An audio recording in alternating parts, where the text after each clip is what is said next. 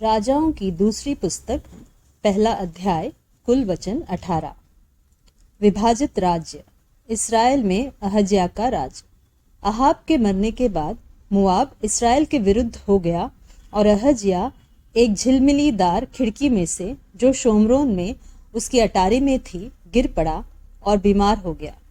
तब उसने दूतों को यह कहकर भेजा कि तुम जाकर एक्रोन के बालजबूब नाम देवता से यह पूछ आओ कि क्या मैं इस बीमारी से बचूंगा कि नहीं। तब यहोवा के दूत ने तिशबी एलिया से कहा, उठकर शोमरोन के राजा के दूतों से मिलने को जा और उनसे कह, क्या इसराइल में कोई परमेश्वर नहीं जो तुम एक्रोन के बालजबूब देवता से पूछने जाते हो। इसलिए अब यहोवा तुझसे यो कहता है कि जिस पलंग पर तू पड़ा है उस पर से कभी न उठेगा, परंतु मर ही जाएगा। तब एलिया चला गया। जब अहज्या के दूत उसके पास लौट आए तब उसने उनसे पूछा, तुम क्यों लौट आए हो? उन्होंने उससे कहा कि एक मनुष्य हमसे मिलने को आया और कहा कि जिस राजा ने तुमको भेजा उसके पास लौट कर कहो, यहोवा यो कहता है कि क्या इसराइल में कोई परमेश्वर नहीं जो तू एक्रोन के बालजबूब देवता से पूछने को भेजता है। इस कारण जिस पलंग पर तू पड़ा है उस पर से कभी न उठेगा, परंतु मर ही जाएगा। उसने उनसे पूछा, जो मनुष्य तुमसे मिलने को आया और तुमसे ये बातें कही उसका कैसा रंग रूप था? उन्होंने उसको उत्तर दिया, वह तो रोवार मनुष्य था और अपनी कमर में चमड़े का फेटा बांधे हुए था। उसने कहा, वह तिशबी एलिया होगा।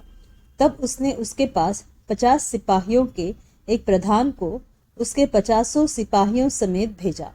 प्रधान ने उसके पास जाकर क्या देखा कि वह पहाड़ की चोटी पर बैठा है, और उसने उससे कहा, हे परमेश्वर के भक्त, राजा ने कहा है कि तू उतर आ। एलिया ने उस 50 सिपाहियों के प्रधान से कहा, यदि मैं परमेश्वर का भक्त हूँ तो आकाश से आग गिरकर तुझे तेरे 50 समेत भस्म कर डाले। तब आकाश से आग उतरी और उसे उसके 50 समेत भस्म कर दिया। फिर राजा ने उसके पास 50 सिपाहियों के एक और प्रधान को 50 सिपाहियों समेत भेज दिया। प्रधान ने उससे कहा, हे परमेश्वर के भक्त, राजा ने कहा है कि फुर्ती से तू उतर आ। एलिया ने उत्तर देकर उनसे कहा, यदि मैं परमेश्वर का भक्त हूँ तो आकाश से आग गिरकर तुझे तेरे 50 समेत भस्म कर डाले। तब आकाश से परमेश्वर की आग उतरी और उसे उसके 50 समेत भस्म कर दिया।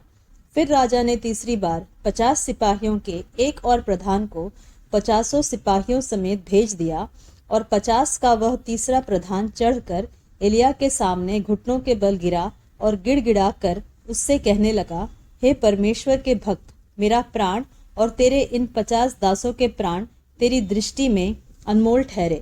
50-50 सिपाहियों के जो दो प्रधान अपने अपने 50 समेत पहले आए थे, उनको तो आग ने आकाश से गिरकर भस्म कर डाला, परंतु अब मेरा प्राण तेरी दृष्टि में अनमोल ठहरे। तब यहोवा के दूत ने एलिया से कहा, उसके संग नीचे जा, उससे मत डर।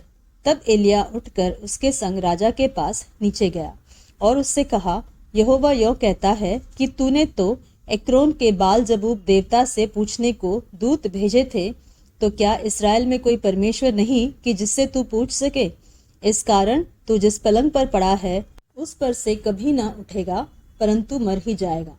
यहोवा के इस वचन के अनुसार जो एलिया ने कहा था वह मर गया, और उसके संतान न होने के कारण यहोराम उसके स्थान पर यहूदा के राजा यहोशापात के पुत्र यहोराम के दूसरे वर्ष में राज्य करने लगा।